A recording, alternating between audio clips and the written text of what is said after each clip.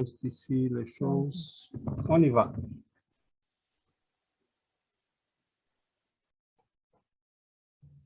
Chers amis, prions ensemble pour trouver la sérénité, la paix,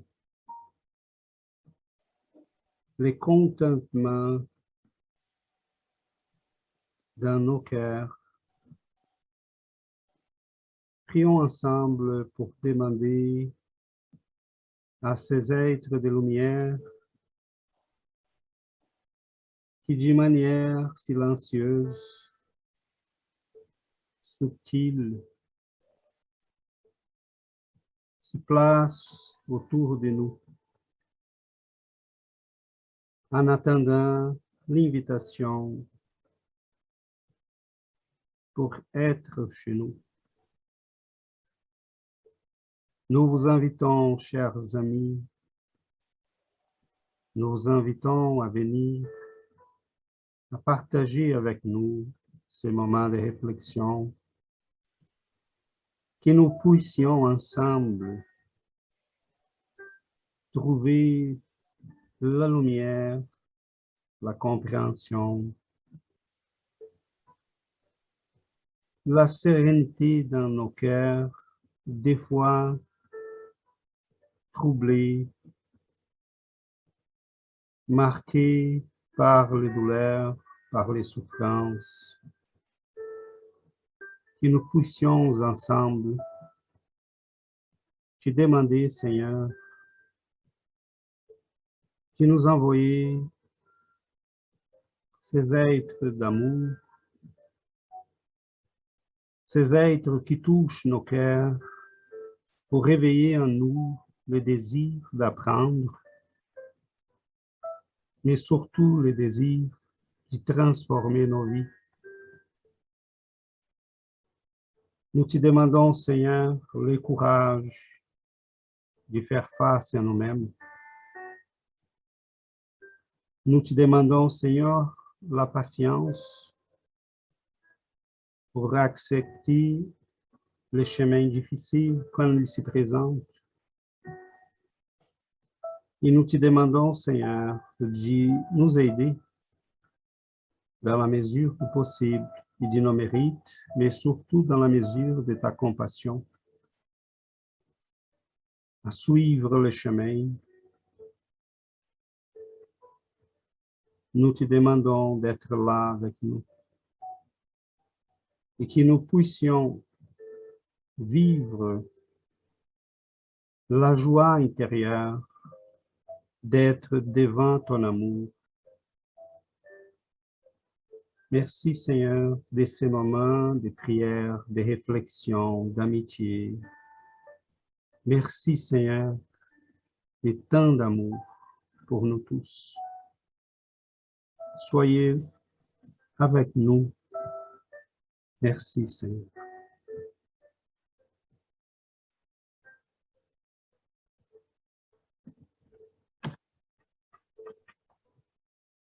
Bonjour, Sébastien. Bonjour, je partage le texte.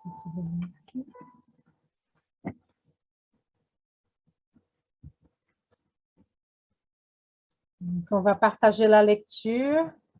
Le premier pour Christophe. Christophe, est-ce que tu pourrais lire les deux premiers? S'il te Oui, plaît. avec plaisir. Merci. D'accord. Donc, rencontre 41, l'obsession.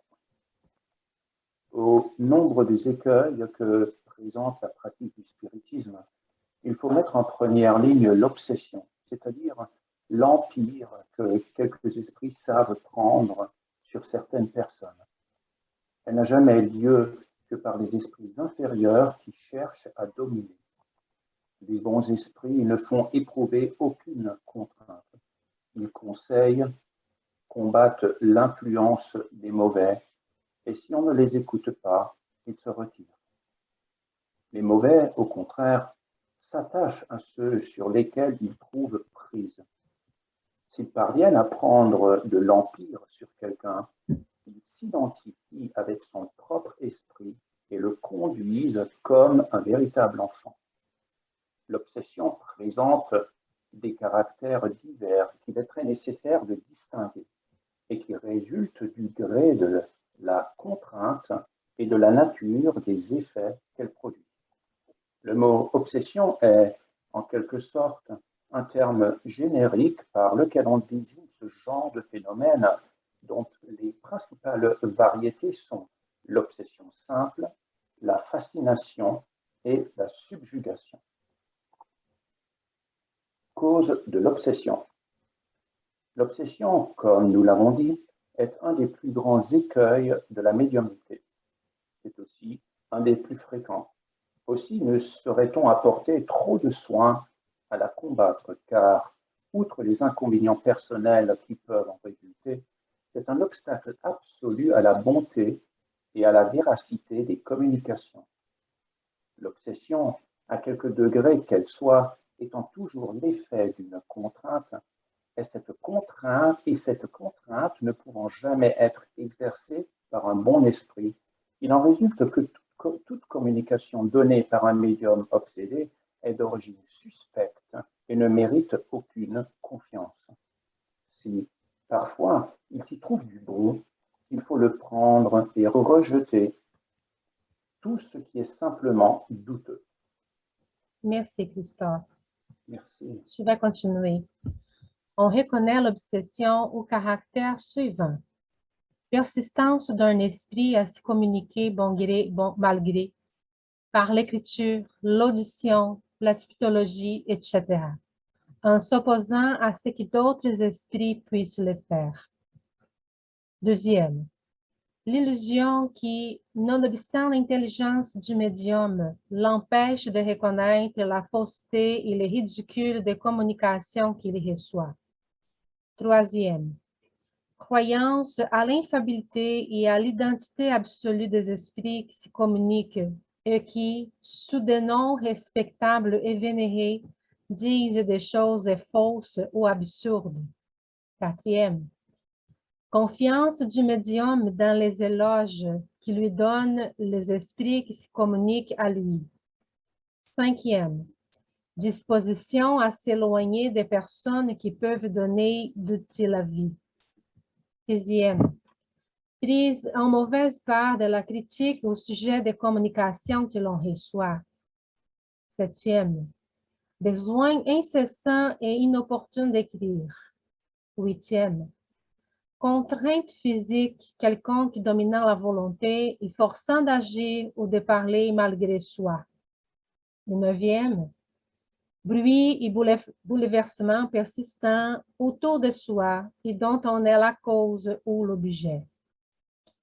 Ce serait donc une erreur de croire que les esprits n'exercent leur influence que par des communications écrites ou verbales. Cette influence est de tous les instants, et ceux qui ne s'occupent pas des esprits ou même n'y croient pas, ils sont exposés comme les autres, et même plus que les autres parce qu'ils n'ont pas de contrepoids. La médiumnité est pour l'esprit un moyen de se faire connaître. S'il est mauvais, il se trahit toujours, quelque hypocrite qu'il soit. On peut donc dire que la médiumnité permet de voir son ennemi face à face, si l'on peut s'exprimer ainsi, et de le combattre avec ses propres armes. Sans cette faculté, il agit dans l'ombre et à la faveur de son invisibilité. Il peut faire et il fait en réalité beaucoup de mal. À combien d'actes n'est-on pas poussé pour son malheur et que l'on eût évité si l'on avait eu moyen de s'éclairer? Les motifs de l'obsession varient selon les caractères de l'esprit. C'est quelquefois une vengeance qu'il exerce sur un individu dont il a eu à se plaindre pendant sa vie ou dans une autre existence. Souvent, aussi, il y a d'autres raisons que le désir de faire le mal. Comme il souffre, il veut faire souffrir les autres. Il trouve une sorte de jouissance à les tourmenter, à les vêcher. Aussi, l'impatience qu'on en témoigne l'excite, parce que tel est son but, tandis qu'on lasse par la patience. En s'irritant, En montrant du dépit, on fait précisément ce qu'il veut. Ces esprits agissent parfois en haine et par jalousie du bien. C'est pourquoi ils jettent leur vue malfaisante sur les plus honnêtes gens. Moyens de la combattre. Les moyens de combattre l'obsession varient selon les caractères qu'elle revêt. Les dangers n'existent réellement pas pour tout médium bien convaincu d'avoir affaire à un esprit menteur, comme cela a lieu dans l'obsession simple. Ce n'est pour lui qu'une chose désagréable. Mais précisément parce que cela lui est désagréable, c'est une raison de plus pour l'esprit de s'acharner après lui pour l'y vexer. Deux choses essentielles sont à faire en ces cas. Prouver à l'esprit qu'on n'est pas sa dupe et qu'il lui est impossible de nous abuser. Secondement, lasser sa patience en s'y montrant plus patient que lui. S'il est bien convaincu qu'il y perd son temps, il finira par s'y retirer, comme le font les importuns qui n'en écoutent pas. Mais cela ne suffit pas toujours et c'est peut-être long, car il y en a qui sont tenaces et pour eux, des mois et des années sont peu de choses. Le médium doit, en outre, faire un appel fervent à son bon ange, ainsi qu'aux bons esprits qui lui sont sympathiques. Il est prié de l'assister. À l'égard de l'esprit obsesseur, quelque mauvais qu'il soit, il faut le traiter avec sévérité, mais avec bienveillance, et le vaincre par les bons procédés en priant pour lui.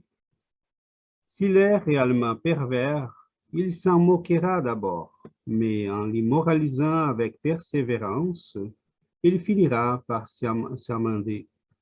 C'est une conversion à entreprendre, tâche souvent pénible, ingrate, rébutante même, mais dont le mérite est dans la difficulté et qui, si elle est bien accomplie, donne toujours la satisfaction d'avoir rempli un devoir de charité et souvent d'avoir ramené dans les bons chemins une âme perdue. Le livre des médiums, Allan Kardec. Ça, c'est un sujet, je me lance pour les premiers commentaires et comme un genre d'introduction. Allan Kardec écrit le livre des médiums, c'est le premier traité de médiumnité sur cette planète. Donc, ça n'a jamais eu quelqu'un, évidemment, il y a des gens qui ont écrit sur les esprits, ils les appellent les démons. Évidemment, ça a pris une connotation mauvaise dans l'Occident, mais le démon en grec, ça veut dire tout simplement esprit. Mais ça a pris une connotation négative. Et il y a des saints de l'Église, des grands maîtres de spiritualité qui ont écrit sur ça, des grands mystiques. Mais jamais comme Allan Kardec l'a fait, parce que c'est vraiment un traité pour préparer, pour faciliter le chemin à ceux qui ont la médiumnité. Cependant, il répondait à des gens qui disaient, oui, mais là, si on fait cette chose-là, qui est le spiritisme, on risque de tomber dans l'obsession, hein? Vous, les spirites, vous êtes peut-être dans ces risques-là. Et Allan Kardec voulait répondre à ça. Et en fait, il dit, peu importe si on est spirit ou pas, les esprits sont partout et on est entouré par des esprits qui ont de l'affinité par notre manière de penser, de vivre, pour nos choix, nos préférences. Et on est tout le temps entouré par ces esprits-là. Et même si on n'était pas entouré personnellement par eux, on connaît déjà les faits les simples faits de penser nous mettent déjà en connexion avec tous ceux qui pensent comme nous. Donc, c'est très large ce qu'on appelle l'obsession. Hein? L'obsession en tant que telle, elle est basée sur l'affinité entre deux manières de penser. entre deux âmes. Et c'est sur ça que les portes vont être ouvertes à ceux et celles qui veulent nous influencer, qu'ils soient incarnés ou désincarnés. Donc, ce n'est pas vraiment très compliqué, sauf qu'Allan Kardec veut souligner là que l'obsession, c'est une contrainte, c'est quelque chose qui dérange. Ce n'est pas vraiment de l'amour et de l'amitié, parce que les bons esprits, ils nous contraignent à rien. Ils nous respectent, ils acceptent nos décisions. Si on ne veut pas d'eux chez nous, ils vont s'en vont. Et c'est ça qui est dangereux, parce que des fois, on va se trouver tout seul et vulnérable. Donc, on voit les symptômes de l'obsession dans le sens précis du terme, hein, ça qu'il s'agit d'une influence dérangeante sur la personne, sont très nombreux. Une simple irritation, des pensées récurrentes, des émotions hors contrôle. Il y a là plusieurs phénomènes, hein, des émotions, des crises émotives soudaines, sans explication. On commence à pleurer sans avoir une raison légitime. On commence à avoir une allégresse qui n'a pas de raison connue ou qui s'explique. Donc, pour finaliser, je dirais qu'on est en face d'un phénomène mondial, parce que dès qu'on a des humains incarnés et désincarnés, il y aura de l'influence mutuelle. L'obsession peut se faire entre deux pensées incarnées, deux désincarnés, une incarnée, une désincarnée vers une incarnée, parce que peu importe si on a un corps ou pas, tant qu'on est un esprit et on pense, on sent, on a des émotions, on va se mettre en résonance avec ceux qui pensent, sentent, ils sont comme nous. Des fois, comme Allan Kardec a dit, il y a des esprits qui vont venir par vengeance parce qu'ils ont retrouvé des anciens ennemis qu'ils sont capables d'identifier maintenant. Des fois, ils ont tout simplement de la jalousie. Et des fois, sont tout simplement dans l'ignorance. Ils ne savent même pas qu'est-ce qu'ils font. Parce qu'on a des milliers de personnes qui quittent cette planète chaque jour et qui ne sont pas du tout préparées pour la vie après la mort. Donc, en arrivant de l'autre côté, ils se désespèrent, ils ne savent pas quoi faire. Et la première chose qu'on fait quand on ne sait pas quoi faire, on pense à revenir à ce qu'on avait l'habitude de faire. Donc, on revient chez nous. On revient chez les vieux amis, les vieux amis. On revient à nos endroits habituels, ce qu'on était habitué. Bon, là, je me sens en sécurité. Et c'est là aussi que plusieurs vont devenir la proie à des esprits malveillants qui vont des fois les amener à s'engager dans des choses qui ne sont pas bonnes. Et ils vont l'accepter parce que des fois, ils ne sont pas préparés, ils se sentent aussi protégés par ces esprits-là. C'est comme un genre de mafia, disons comme ça. OK, tu es là, tu es abandonné, tu es tout seul, on peut te protéger, mais bon, tu travailles avec nous. Donc, il y en a plusieurs qui tombent dans ce genre de piège. Et c'est là qu'on voit que, bon, pour vraiment finaliser, je pense qu'Allan Kardec, comme je disais tantôt dans une de nos études, il va être reconnu dans l'avenir comme un bienfaiteur de l'humanité, surtout par la médecine, la psychologie, la psychiatrie, parce que les obsessions sont partout. Et à mon avis, je répète là des choses que je crois, comme dans le docteur Marlène Nobré et d'autres ont bien remarqué, c'est un problème de santé publique. On a beaucoup de gens angoissés, déprimés, en train de penser au suicide, qui sont en train de vivre des moments épouvantablement difficiles et qui sont tout simplement obsédés. Donc, c'est certain que ce n'est pas la seule cause des problèmes, hein, je ne suis pas en train de dire ça, mais c'est certainement un problème de santé publique majeur. Donc, on parle beaucoup de l'épidémie COVID, mais je pense qu'on a une épidémie beaucoup plus ancienne qui est l'épidémie des obsessions, qui cause énormément de malheurs, des difficultés, des problèmes de santé mentale. Et malheureusement, cela n'a pas été remarqué encore pour de vrai.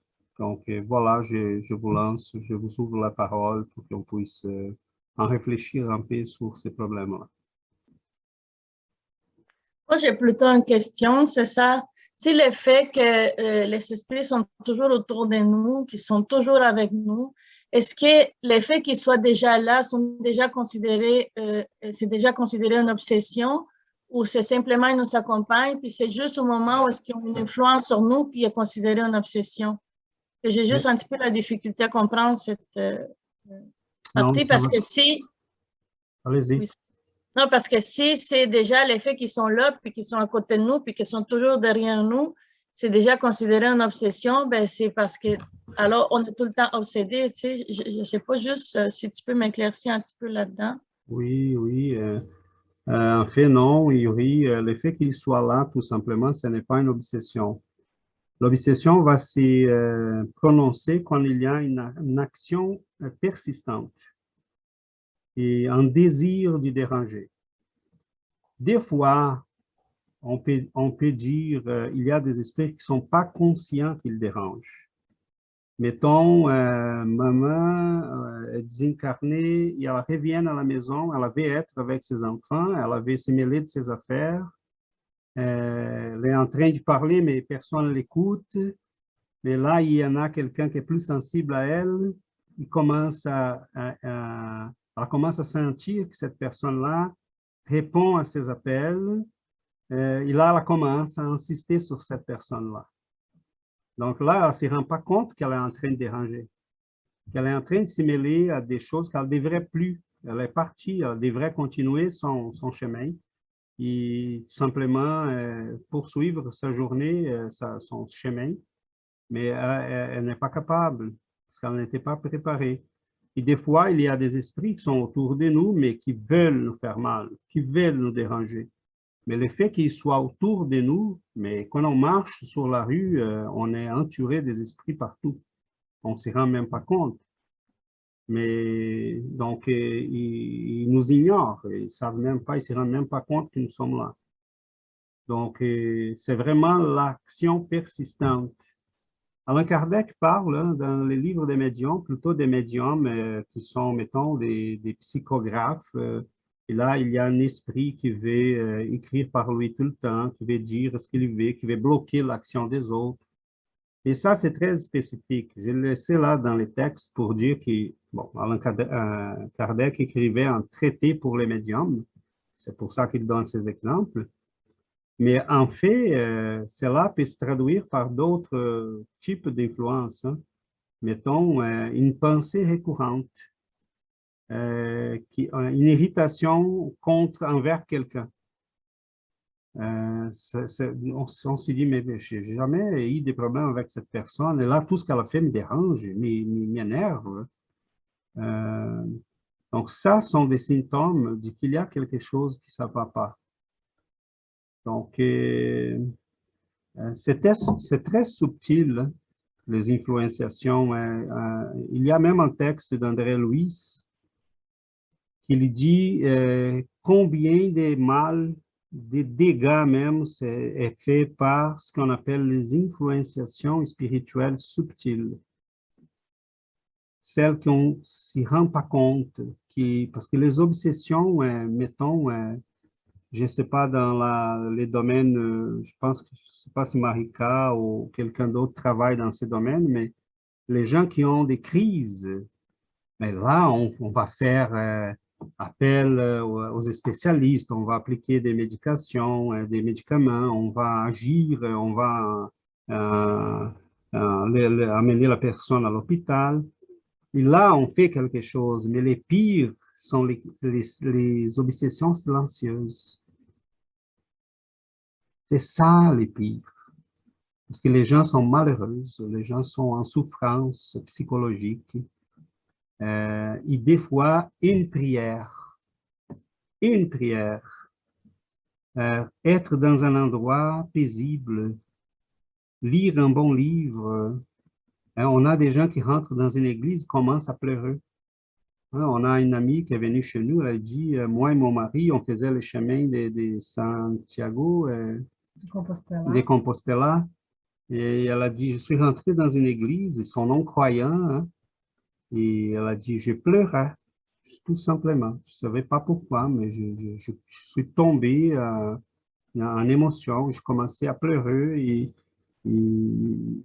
c'est ça, parce que des fois, on est dans une sécheresse intérieure épouvantable, et là, on se rappelle qu'on est des fils de Dieu, qu'il y a un être supérieur qui nous aime, qui nous enveloppe tous. Et les gens sont dans cette souffrance parce que tu allumes la radio, tu n'écoutes rien. Regarde la télé, rien de spirituel. Tu ouvres l'Internet, il n'y en a que des bêtises. Donc, les gens sont dans un état, des fois, difficile, parce que tu as des problèmes de famille, tu as des problèmes au travail, tu as des problèmes dans ta vie personnelle.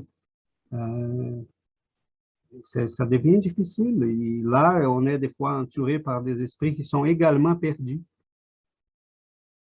Donc, voilà, ce sont ces obsessions silencieuses qui sont dangereuses. Parce qu'on peut vivre toute une vie dans le malheur sans s'y rendre compte, en croyant que c'est normal. Il faut se rappeler que tout ça commence par la pensée.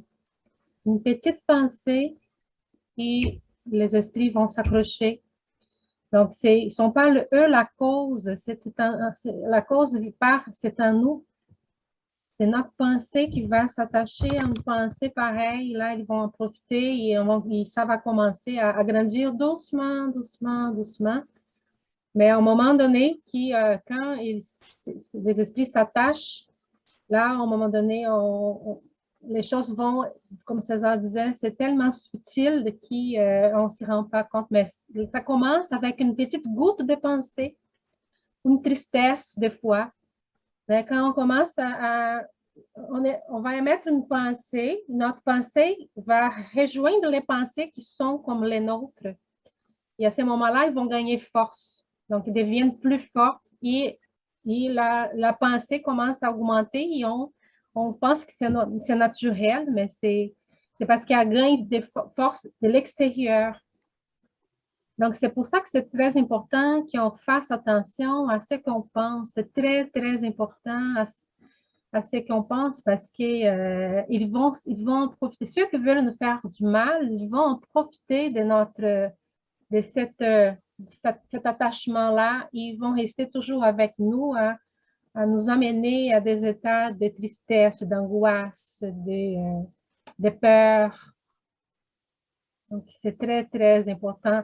Nous avons eu un exemple cette semaine d'une fille qui racontait à propos de sa mère, elle était croyante, elle pratiquait toujours en train d'étudier la doctrine spirite. Elle était quelqu'un qui parlait, qui amenait les gens à la doctrine spirite. À un moment donné, elle est tombée malade. Il y a eu commencé avec une maladie dégénérative. Et à ce moment-là, à partir de ce moment-là, elle s'est révoltée. Aujourd'hui, elle a dit, je veux rien savoir de ça, je ne veux pas parler de ça. Donc, qu'est-ce qui s'est passé là, à notre avis? C'est quelqu'un les esprits ont profité de ces moments de rage, parce que c'est normal hein, quand on tombe malade, c'est normal de se sentir petit, de se sentir triste. Donc, mais les esprits vont s'attacher à ces sentiments-là, ils vont augmenter, ils vont nous amener loin. Donc, c'est ça, on est dans un monde très difficile parce qu'il y a des choses qu'on ne voit pas avec les yeux là. Il faut vraiment regarder avec les yeux de l'âme et être très, très attentif à tout ce qui nous entoure. Parce que je disais cette semaine sur Andrea Louise, il disait que c'est tellement difficile parce que les moments où les bienfaiteurs, ils peuvent agir, ce sont des moments qu'on est en paix, qu'on est en train de prier, qu'on est en train de ouvrir notre pensée à eux, de penser, de mettre des pensées positives. Là, ils vont pouvoir agir. Mais combien de temps pendant notre semaine on fait ça? Là, il disait, dans une rencontre, il racontait la rencontre, ils étaient 8 personnes, mais il disait qu'ils restaient ensemble pendant 6 heures. Pendant ces 6 heures-là, ils pouvaient agir. Mais tout le reste de la semaine, ils ne pouvaient pas parce que là, les gens, ils vont vivre d'une façon tellement décrochée du bien que là, à ce moment-là, ils ne peuvent plus agir, ce sont les autres qui vont agir. Donc, il faut qu'on réserve dans notre semaine, dans notre journée, des moments de tranquillité, de paix, pour qu'on puisse établir une connexion avec les esprits qui veulent nous aider, qui veulent être avec nous, qui veulent nous faire grandir et apprendre et développer en nous la lumière que nous avons là cachée encore. Oui, Sébastien. Sébastien. Bonjour tout le monde. Moi, j'ai fait le commentaire hier en portugais. Je vais essayer de m'exprimer un peu mieux. Moi, j'essaie de voir toujours du point de vue de la masse, des gens qui ne savent pas, qui ne connaissent pas, parce que moi, je viens de là. Et nous, avec cet appareil-là, on peut percevoir, on a des appareils de perception très limités. Hein, on peut juste percevoir jusqu'à telle fréquence. Mais la réalité est beaucoup plus vaste que ça, beaucoup plus vaste. Et on ne sait pas. On sait pas. Tant qu'on n'a pas la connaissance, on ne sait pas. Moi, je ne savais pas qu'il y avait 3, 4 esprits désincarnés pour un esprit incarné. Je ne savais pas qu'il y avait autant d'esprits. Alors, dans mon ignorance, oui, quand j'étais fâché, oui, j'étais fâché. C'est juste ça, il n'y a pas d'autre chose. C'est juste moi qui produis ça. Alors, quand on commence à comprendre que oui, il y a tellement d'esprits, puis que nous, on est comme une antenne qui, si on se met dans une telle fréquence, on va attirer telle chose. C'est une information précieuse parce que là, je vais faire attention. Là, mettons, je suis content toute la journée, puis d'un coup, bang, je commence à être fâché. Mais attends, pourquoi je suis fâché? C'est pas moi, ça. Ben, si je m'accroche à ça, je vais continuer à « Oh, mais oui, mais telle personne, je me rappelle qu'elle m'a fait ci, elle m'a fait ça. » Puis je peux pourrir toute ma journée comme ça. Et puis sans aucun moi, j'étais bien en commençant. Alors, moi, je pense que cette connaissance-là de l'espiritisme, c'est crucial là, pour pouvoir juste naviguer dans cette réalité-là. C'est crucial. Parce que sans ça, tu vis comme... moi, je me dis que j'étais presque toute ma vie sur le autopilote. Juste, la machine va comme ça, puis on va prier que tout va aller bien, mais ce n'est pas moi qui contrôle. Je ne contrôle rien. Maintenant, j'ai commencé à voir ces choses-là, puis à commencer à prendre le contrôle, à essayer de prendre le contrôle en tout cas, parce que des fois, c'est très subtil, puis c'est très... On est tellement absorbé par la réalité et par nos vies que même les médiums les plus affinés, ils vont se perdre aussi des fois parce que la vie va vite. Alors, il faut faire très attention. Puis, mais je pense que le plus important, c'est avoir cette connaissance-là et peu à peu commencer à comprendre. Puis ça, moi, ça m'a aidé beaucoup, en tout cas, beaucoup. Puis dans notre famille, après le spiritisme, toute la dynamique a changé entre nous, entre les membres de notre famille, entre comment on voit la réalité dehors, comment nous on se sent. C'est une bénédiction incroyable. Tout à fait, parce qu'on se rend compte de quelque chose qu'on ne voyait pas. Donc, les pires, tu dis, j'étais dans les pilotes automatiques, mais les pires, c'est qu'on n'en est pas dans l'automatique. C'est qu'il y en a quelqu'un qui pilote. Et on ne s'y rend pas compte. Donc, c'est ça le problème. Je voulais aussi parler, comme tu dis, la subtilité des choses. Moi, pour ceux-là qui ne savent pas, je vis presque à tous les jours des obsessions comme ça. C'est un petit peu difficile, mais c'est l'apprentissage. Alors, une des choses qui arrive avec moi au début, oui, les frères et les sœurs, ils mettaient des pensées, puis, tu sais, comme tu dis, c'est répétitif, répétitif. Mais étant donné que moi, je suis quelqu'un qui aime beaucoup prier, puis je fais comme souvent, je répète quand que je marche, tout ça, je dis tout le temps, Dieu est avec moi, je suis entourée de l'amour. Tu sais, j'ai des petites phrases comme ça m'aide beaucoup à garder mon mental sur une chose. Et donc, pour moi, ça ne fonctionne plus. Là-dessus, aussitôt qu'il y a une pensée qui arrive, je sais très vite que ce n'est pas à moi parce que j'essaie de me garder centré dans ça. Et donc, étant donné que pour moi, ça ne fonctionne plus, les pensées, et les autres, ils essayent d'une autre façon, c'est en faisant mal physiquement. Et là, ça fait mal ici, ça fait mal là. Et là, j'ai dit, des fois, je me concentre et j'ai dit, je sais qu'ils sont là, mais là, je me suis rendu compte que je me concentre sur la douleur. Puis, en fait, c'est la même affaire. Soit une pensée des autres ou soit ma pensée à moi que c'est la douleur, ça devient au même. Donc, et là, tu sais, contrôler cette subtilité-là, oui, c'est plus les autres, mais c'est moi, que ça devient au même.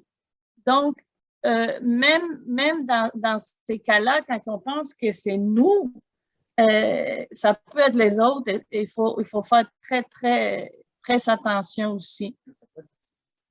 Oui, c'est les autres ou c'est moi. Mais juste le fait de moi me concentrer et dire, oh, j'ai mal, oh, vous me faites mal, c'est exactement la même chose finalement. Ça a donné de la force. Oui, exactement. Mais je me suis rendu compte de ça ça fait très peu, là, puis ça fait 1 an et demi que je souffre avec toute cette histoire-là. C'est le vécu des médiums, Yuri. On a beaucoup de choses qu'on peut expliquer, qu'on peut dire à quelqu'un, mais il y a un vécu qu'on va le vivre chaque jour. Il y a beaucoup de choses que tu vas découvrir par toi-même. C'est là qu'un jour, tu pourras dire à quelqu'un, ah, ok, tu as de la douleur, fais attention, parce que là, c'est peut-être pas comme tu penses. Parce que tu as un vécu là-dedans qu'on ne peut pas expliquer parce que tu l'as vécu. Et la subtilité de ça, c'est terrible. C'est terrible, exactement.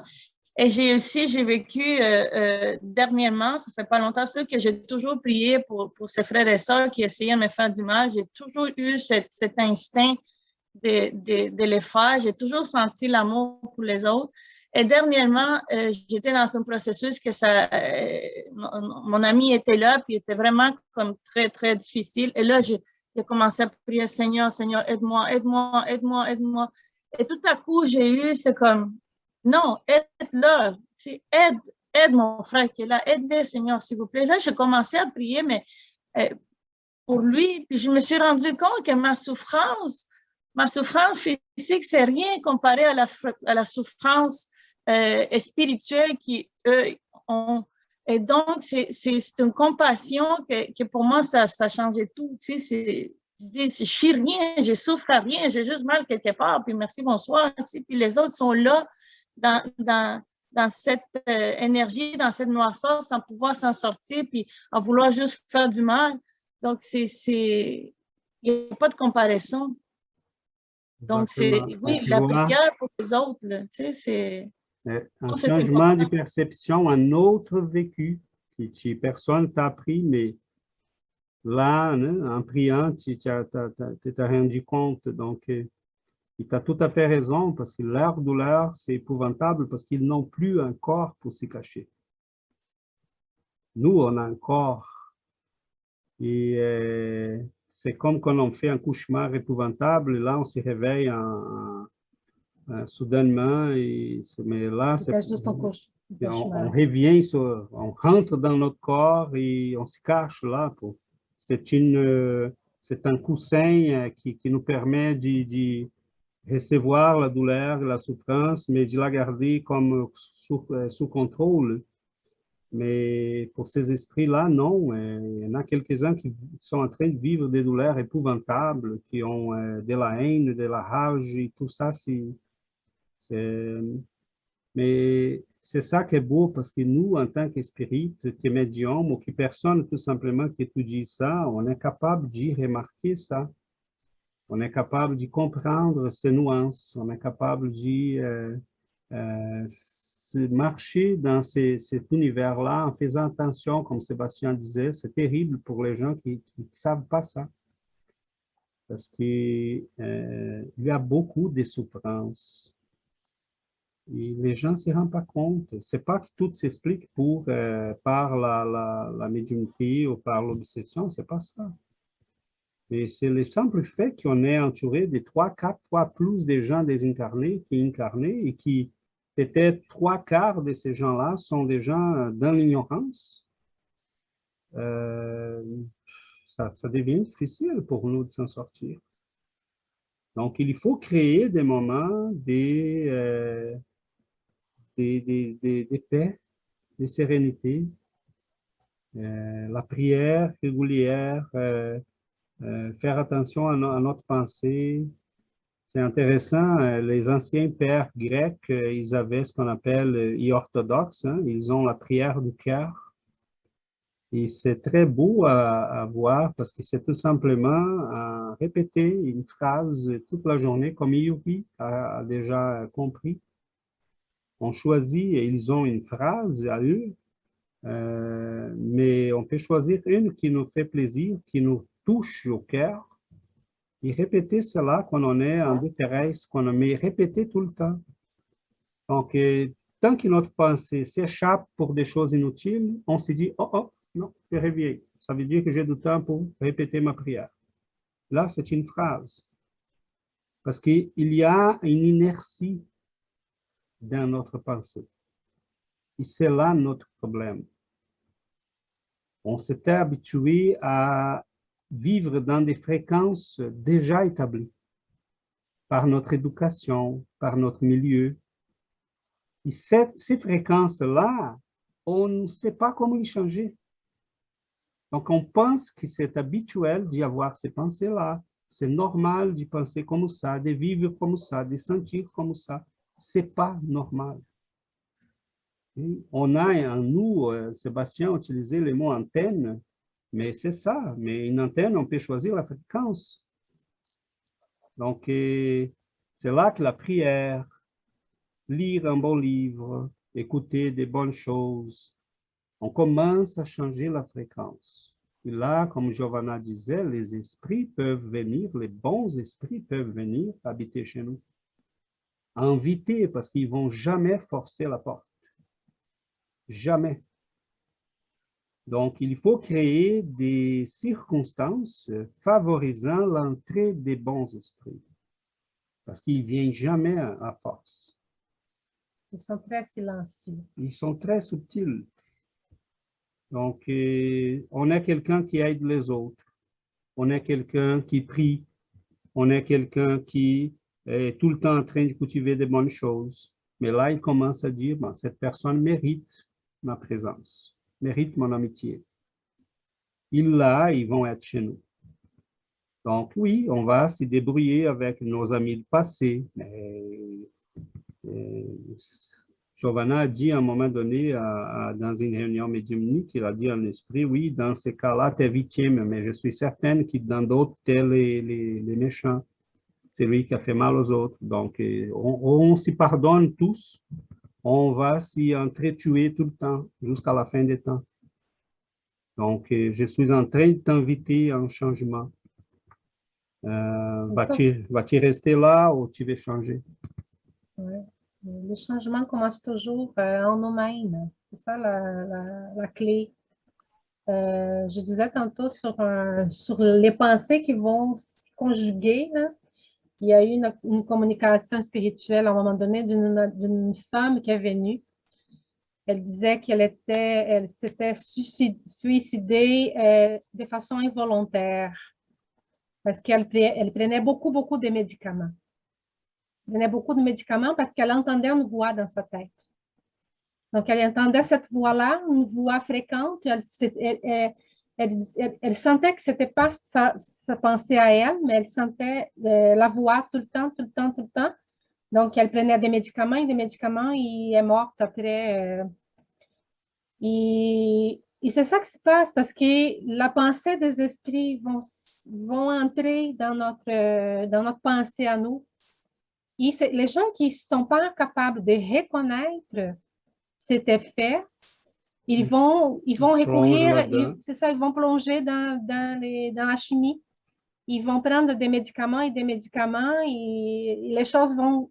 Parce que les médicaments ne traitent pas la cause, c'est ça le problème, c'est la cause.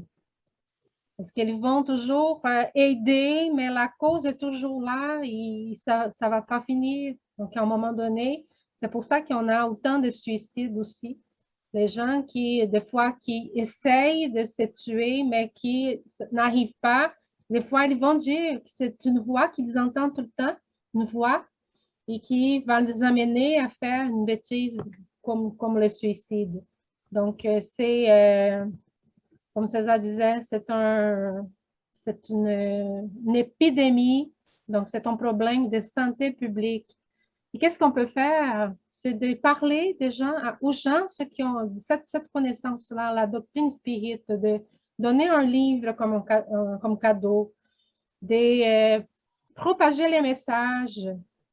Parce que comme on disait cette semaine, je ne sais pas si vous suivez les pages où je publie les choses, j'ai publié hier une petite histoire de Chico Xavier où il explique que la ténèbre, ils sont très organisés.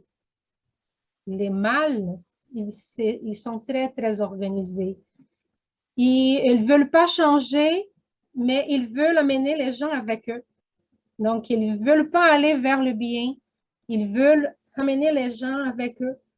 Et c'est ça le problème, parce qu'ils sont très organisés, ils travaillent pour ça. Ils vont essayer de toute façon de nous amener et d'avoir des gens de plus en plus avec eux.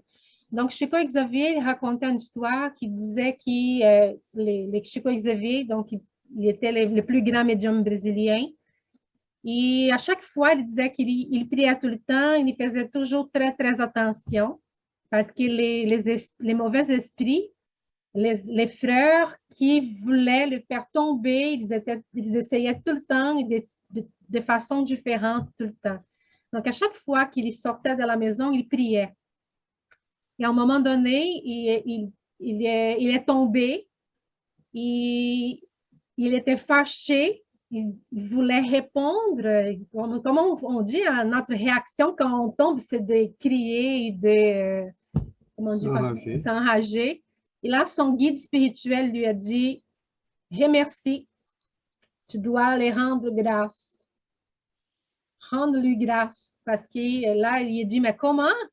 Rends-lui grâce. » Donc, remercie-lui.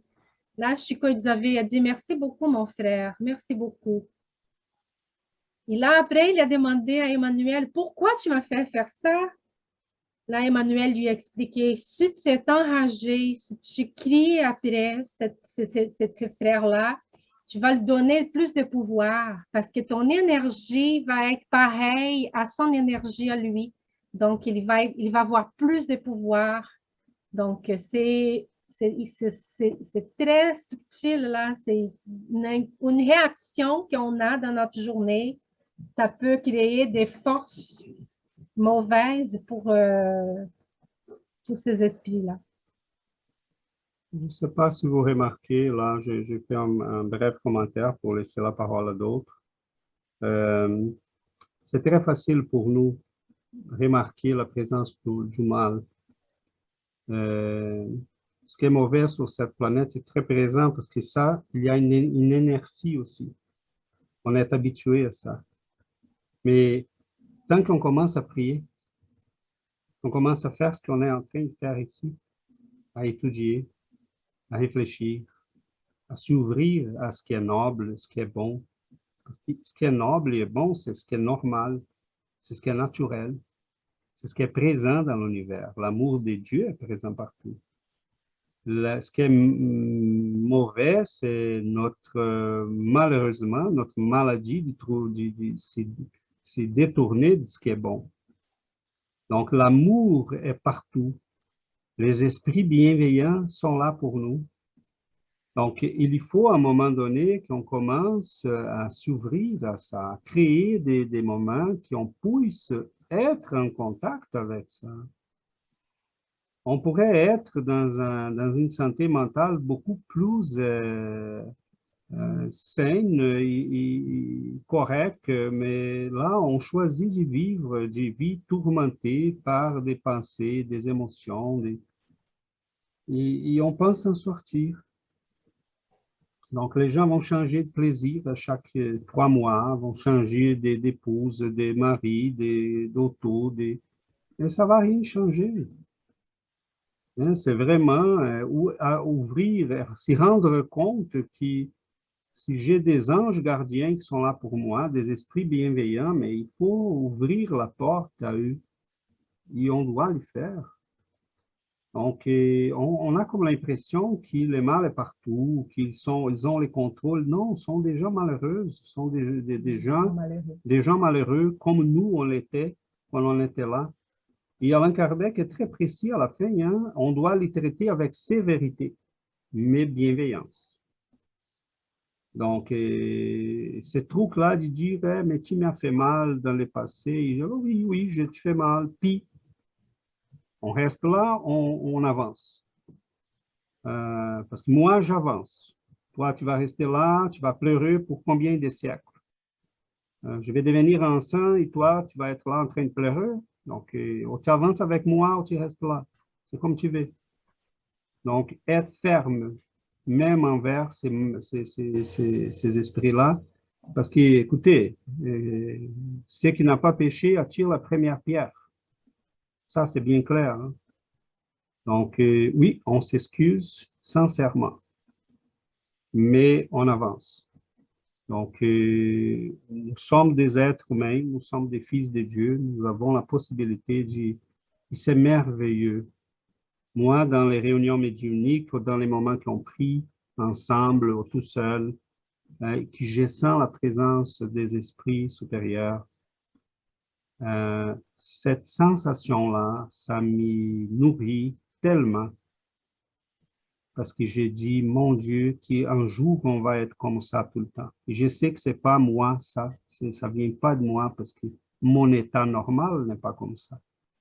Mais on s'y sent enveloppé dans un amour, dans une lucidité, dans une tranquillité, dans une paix solide. Et on se dit, mon Dieu, c'est bien de vivre comme ça tout le temps, d'être comme ça tout le temps. Donc, c'est ça notre combat. Qu'un jour, cela devienne quelque chose de normal pour nous. Donc, et pour l'instant, on doit faire un effort parce qu'on a un conditionnement changé. Le conditionnement des mauvaises habitudes, des mauvaises pensées, des mauvais sentiments. Mais c'est faisable. C'est tout à fait faisable. Et ça n'enlève rien, hein, ce qu'on est en train de dire là, mais mon Dieu, si vous vous sentez angoissé, malheureux, mais cherchez un psychologue, cherchez un médecin, demandez de l'aide, demandez un médicament, ça n'a rien de mauvais. Mais comme Giovanna a dit, cela ne va pas traiter la cause. Donc, c'est là qu'il faut aller un peu plus loin.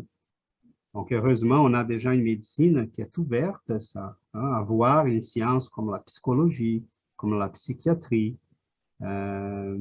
C'est déjà une avancée pour l'humanité extraordinaire. Hein. On reconnaît qu'on a un côté non matériel ou même pas matérialiste, peu importe. Mais il faut aller au-delà de ça, hein, parce on est un esprit. Il faut soigner cet esprit-là en amour.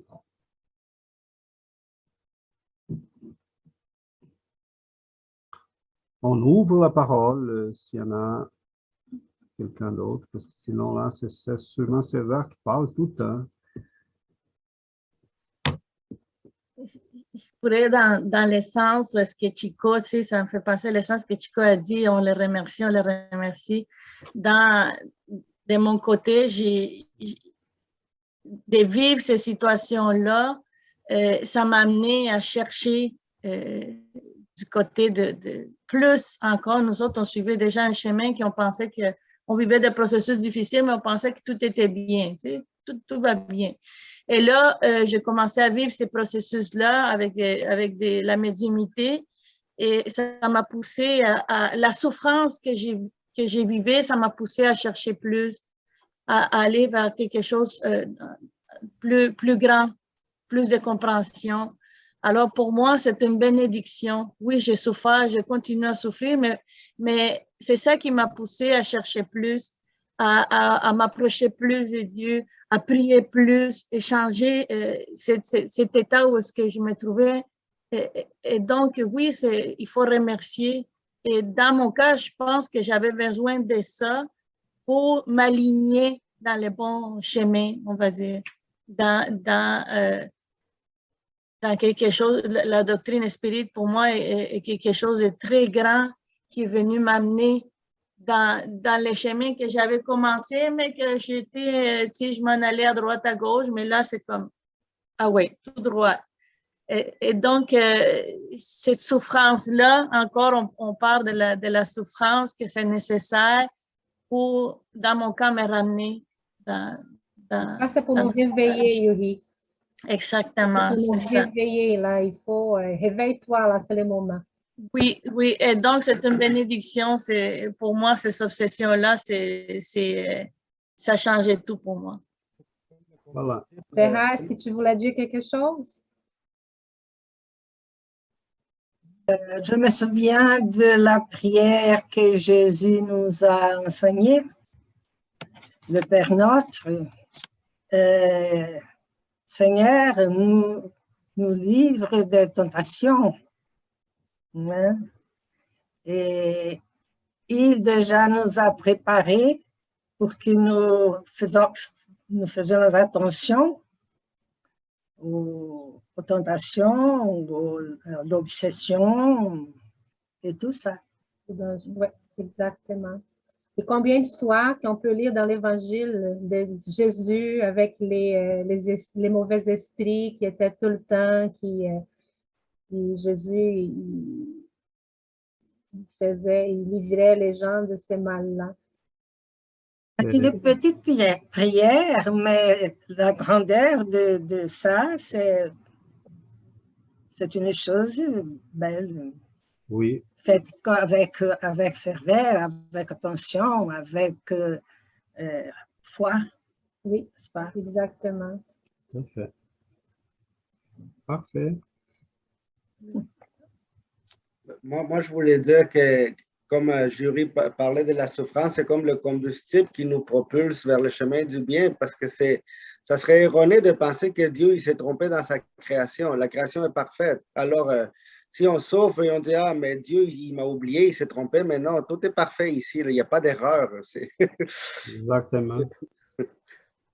Exactement. Et c'est impressionnant, ça me dérange. La seule chose qui me dérange, c'est comment il est patient. Parce qu'il nous laisse le temps d'apprendre. Dieu est constructiviste, vraiment constructiviste. Débrouille-toi, mon enfant. Tu dois apprendre. Ah, tu es en souffrance, ben, tu fais quoi là? Il donne pas il nous demande en retour. Tu fais quoi là? Comment tu t'en sors? Et là, bon, on commence à comprendre que la logique père est des fois difficile, mais ça fonctionne. Comme la Genèse, il dit aussi, ils disent que les esprits, ils vont nous laisser découvrir, apprendre qu'est-ce que nous, on est capable. Comment, ils sont là, ils sont en train de nous aider, mais il faut qu'ils nous laissent découvrir par nous-mêmes les choses.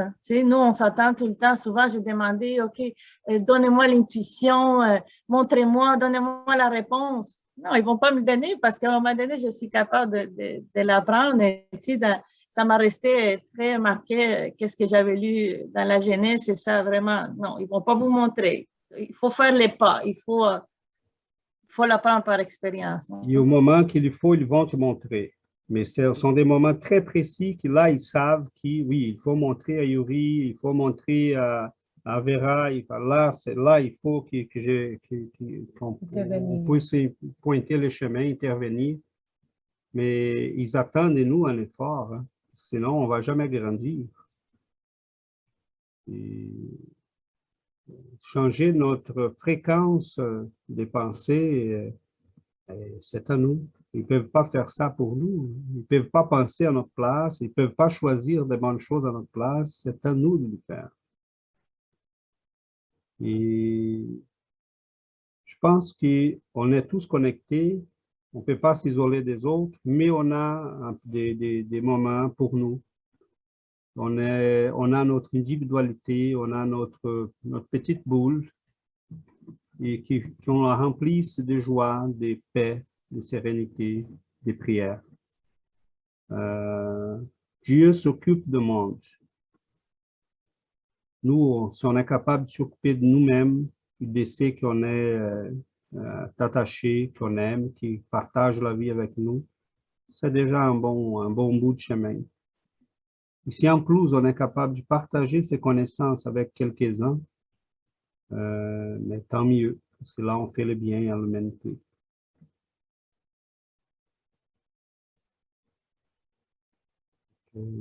Si Marika, tu veux parler? Allez-y. Vas-y. Oui, ben, je confirme tout ce que vous avez dit. Hein, je suis d'accord avec tout ce que vous avez évoqué et je confirme même dans ma pratique professionnelle de psychothérapeute, parce que je suis psychothérapeute, mais qui intègre complètement la spiritualité dans la pratique. Hein. Et je remarque vraiment dans les états dépressifs, dans les épisodes agressifs, dans les difficultés au niveau des couples, au niveau des familles, dans la dimension relationnelle, on peut vraiment faire la distinction entre ce qui appartient au sujet, parce qu'il y a une part du sujet qui est là, il y a une fragilité de fond qui est là, que la personne doit travailler, que l'incarnation est venue travailler. Et puis cette fragilité, elle vient nourrir, elle vient être un aliment, elle vient donner comme une porte ouverte à ce que les esprits peuvent venir exploiter, parce qu'eux ont besoin, étant donné qu'ils n'ont plus d'incarnation, la seule manière de pouvoir continuer à opérer, à être vivant, effectif, être vivant, eh bien, c'est d'utiliser les incarnations qui présentent cette fragilité, qui sont comme des nourritures, des portes ouvertes. Et donc, moi, je le vois très bien. Et c'est intéressant de faire la distinction. À quel moment on est dans ce qui appartient au sujet et à quel moment on bascule dans la présence de quelque chose d'autre. Donc ça se sent très bien. Et si vous le voulez, c'est assez comique parce que en tant que professeur, je supervise des professionnels sur le terrain, parce que j'enseigne chez les infirmiers, chez les psychomotriciens. Et hier, une de mes étudiantes m'a interpellée parce qu'elle se rendait compte qu'en séance de psychomotricité, elle sentait qu'il y avait quelque chose qui était de l'ordre d'un autre niveau. Alors, elle me demandait, parce que moi, j'explique le développement du sujet à partir de l'avant la naissance. À partir du moment où on désire s'incarner, il y a là plein de choses déjà qui se mettent en place. Et elle me disait, mais elle avait du mal parce qu'elle ne comprenait pas, est-ce qu'il y avait quelque chose qui était avant, etc.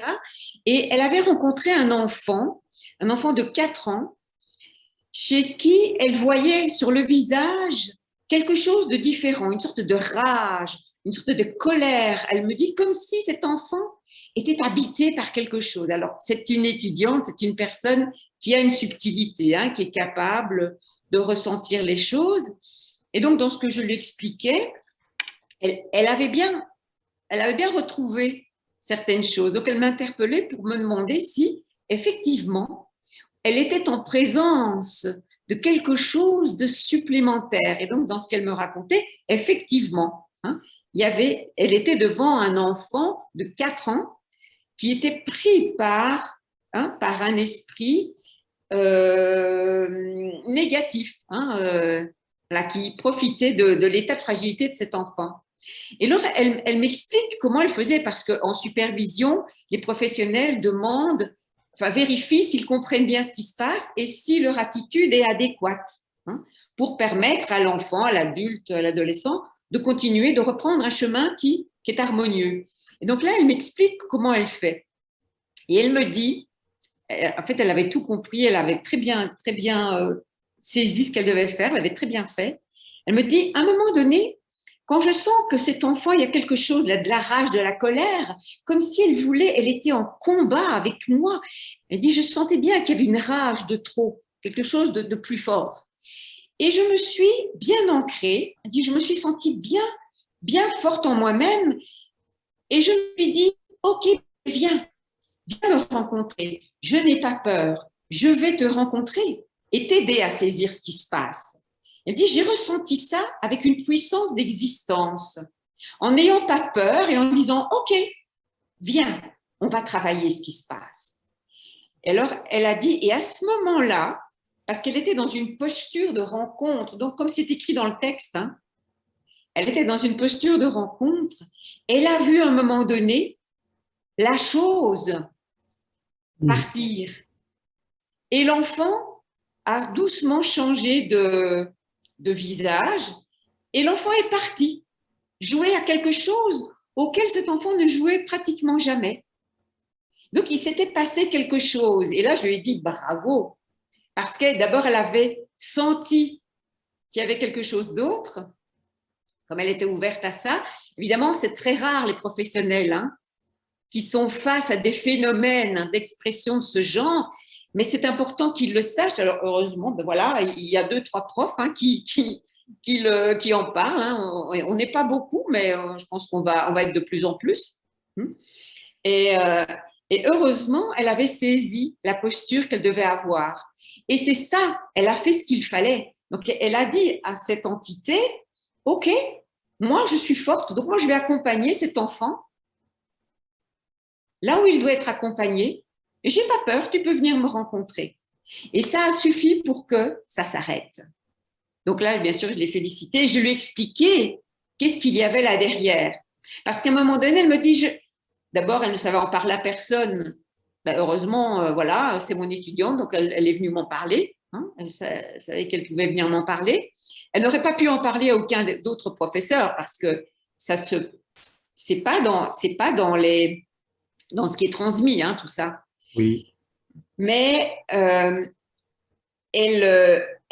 avait besoin de venir vérifier parce qu'à un moment donné, elle se demandait si elle n'était pas un peu folle de sentir ça. Parce qu'elle dit, je peux en parler à personne. Alors, si j'en parle, parce que les autres professeurs de l'école, bon, et ça n'a pas toujours été simple pour moi d'accepter, enfin qu'ils acceptent, hein, que j'apporte tout ça. Mais finalement, comme j'explique en étant très, très alignée, en étant très dans la logique, ils sont bien obligés d'accepter parce que tout est cohérent. Hein. Et donc, les autres professeurs qui sont très terre à terre, hein, qui ne veulent pas entendre parler de ça, malheureusement, mais quand ils étiquettent alors l'enfant de quelque chose qu'ils ne sont pas. Et ça, c'est dommage. Et c'est comme vous l'avez dit, on trouve en psychiatrie et sous des médicaments et sous des thérapies lourdes des personnes qui pourraient être accompagnées autrement. Hein? Voilà, donc ça, c'était juste un petit épisode. Je voulais vous partager comment ça se passe vraiment sur le terrain aussi, effectivement. Et dans mon cabinet, je vois vraiment des personnes où je me rends compte. Alors, je me rends compte, par exemple, j'ai eu une patiente qui, quand j'ai proposé en fait qu'elle accède à des prières pour justement qu'elle puisse s'aider à faire un peu meilleur barrage par rapport à cette prise en main, cette emprise de l'entité, j'ai bien senti dans son corps que quelque chose faisait non, parce que l'entité était bien là. Et je l'ai senti, évidemment. Et quand je lui ai dit, OK, on va faire des prières, j'ai vraiment senti le recul dans ce corps de cette entité qui était présente là. Et c'est une personne, effectivement, qui a beaucoup de difficultés, qui est beaucoup dans la relation, dans l'agressivité. Mais c'est un travail qui est de longue haleine et tout seul, en tant que thérapeute, c'est pas évident parce que c'est très tenace. Hein. Oui. Il y a des entités qui sont terriblement tenaces et qui mettent à l'épreuve même les thérapeutes. Et donc là, moi, parfois, je fais très attention parce que je le sens quand ils sont là. Je dois faire très, très attention de ne prendre en charge que ceux avec qui je sens que je vais pouvoir travailler. Et ne pas vouloir être celle qui va trouver quand la puissance est trop forte, parce que ce n'est pas de ma possibilité. Et là, je le sens. Alors, je dis non. Je ne peux pas travailler là où je n'ai pas les moyens. Voilà. Ça, c'est une des difficultés aussi qui nous est impérativement donnée de traiter. Hein. Oui. Vraiment. Alors, juste une dernière chose que je voulais ramener dans tout ce que l'on a évoqué, hein, entre le système des incarnés et des désincarnés, c'est complètement parallèle. Tout ce que vous observez qui se passe là se passe ici. Et tout ce que vous observez qui se passe ici se passe là. Donc, ils sont complètement en écho. Donc, ça, c'est très intéressant parce que bien comprendre ce qui se passe là nous permet de bien comprendre ce que nous vivons dans notre incarnation. Et vice-versa. Donc, tout ce que l'on raconte, tout ce qui est écrit dans les livres, dans nos solars, dans tous les livres, parle de nous en tant qu'incarnés. C'est la même chose, mais dans la matérialité.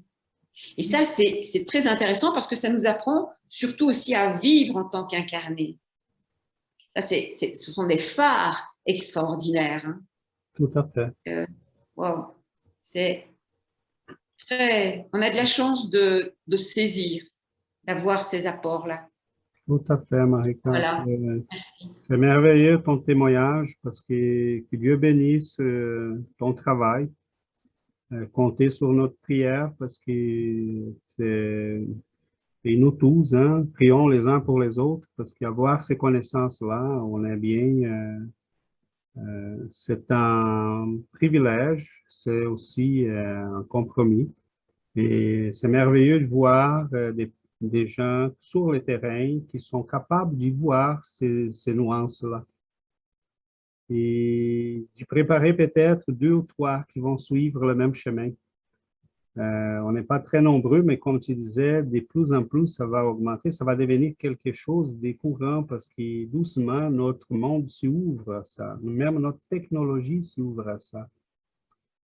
Et je me rappelle un cas, tu disais là, tu as très bien remarqué, et notre temps file, on va finir tantôt. Et pour un dernier, je me rappelle un médecin brésilien qui travaille avec ça aussi. Et les associations médico-spirites commencent à être très présentes sur le terrain.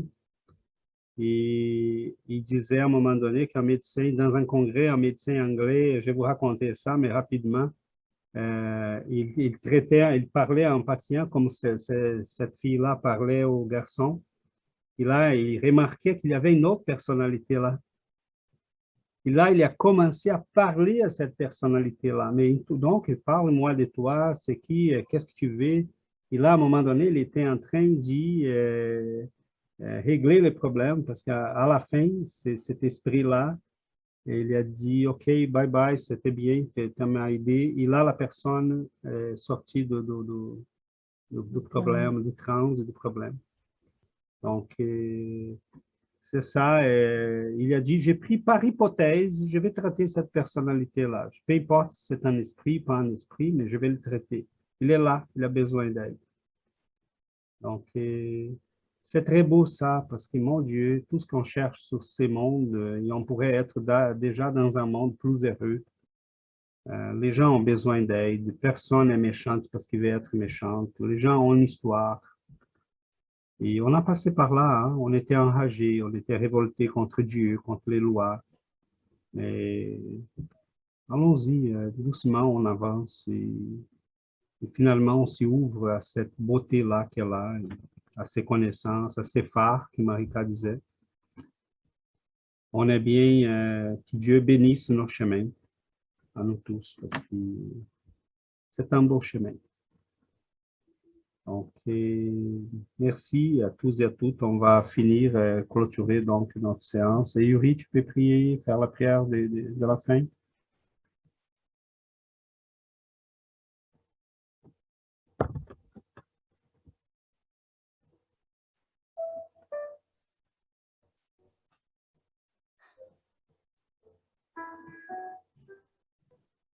Cher Maître Jésus, chers amis spirituels,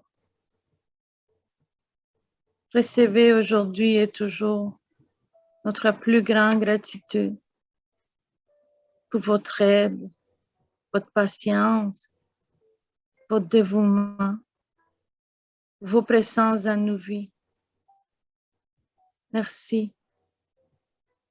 Seigneur Jésus, avec cette prière, nous te demandons spécialement pour tous nos frères et sœurs qui se trouvent dans l'obscurité de l'ignorance, dans l'obscurité du mal,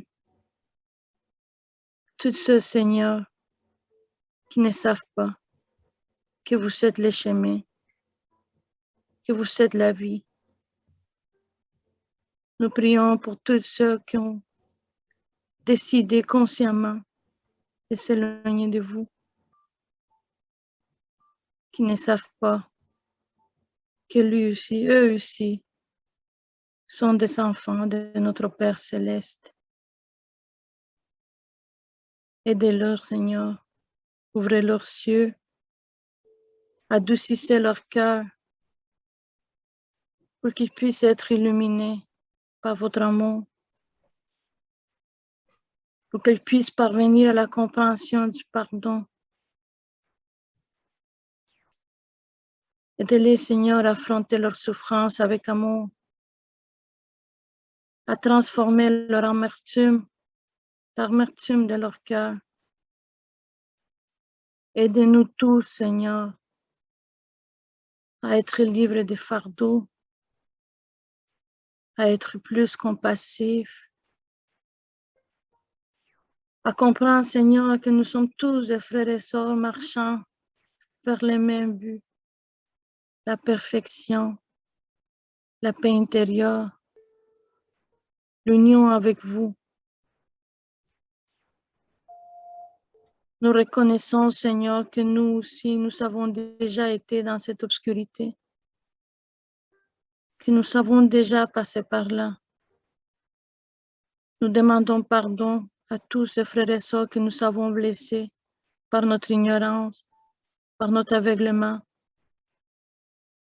Et on vous demande, Seigneur, que toutes nos prières soient dirigées vers eux, un signal de notre repenti. Seigneur, que nous puissions échanger notre colère en compassion, la haine en amour, la tristesse en extase. Aidez-nous à comprendre l'essence profonde de la fraternité, de l'amour au prochain. Nous savons tellement apprendre, tellement à changer, et si peu de temps. Incitez-nous, Seigneur, incitez-nous à travailler plus fort, à changer, à travailler sur notre volonté, notre foi, à nous fortifier de plus en plus en vous.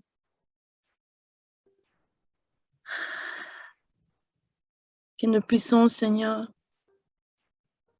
être un jour, être là un exemple de transformation, un exemple d'amélioration pour tous ceux qui croisent notre chemin. Que nous puissions devenir pour eux ceux que vous êtes pour nous, Seigneur. Notre support, notre forteresse. Vous, Seigneur, vous êtes pour nous la source de vie, de paix, d'amour. Vous êtes le pain qui nourrit notre âme. Vous êtes la lumière qui ne s'éteint jamais.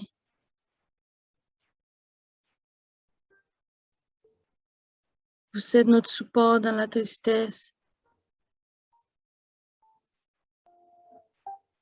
Vous êtes notre forteresse dans la tempête. Vous êtes tellement de choses pour nous. Nous, si petits, si insignifiants, avec si peu de mérite. Et nous recevons tellement de choses, tellement de bénédictions de votre part, votre amour, votre présence dans nos vies. Merci Seigneur. Nous croyons dans votre promesse. Nous te demandons également, Seigneur, pour tous nos frères et sœurs qui sont malades, pour tous ceux qui éprouvent la souffrance physique, mentale, tous les gens dans les hôpitaux, dans les centres psychiatriques, tous les gens qui sont obsédés sans savoir d'aide. Aidez-le, Seigneur, bénissez-le. Que votre présence soit toujours avec nous, avec toute cette humanité qui a besoin de vous. Merci, Seigneur. Merci à nos amis supérieurs, nos anges gardiens. Restez avec nous maintenant et toujours. Merci.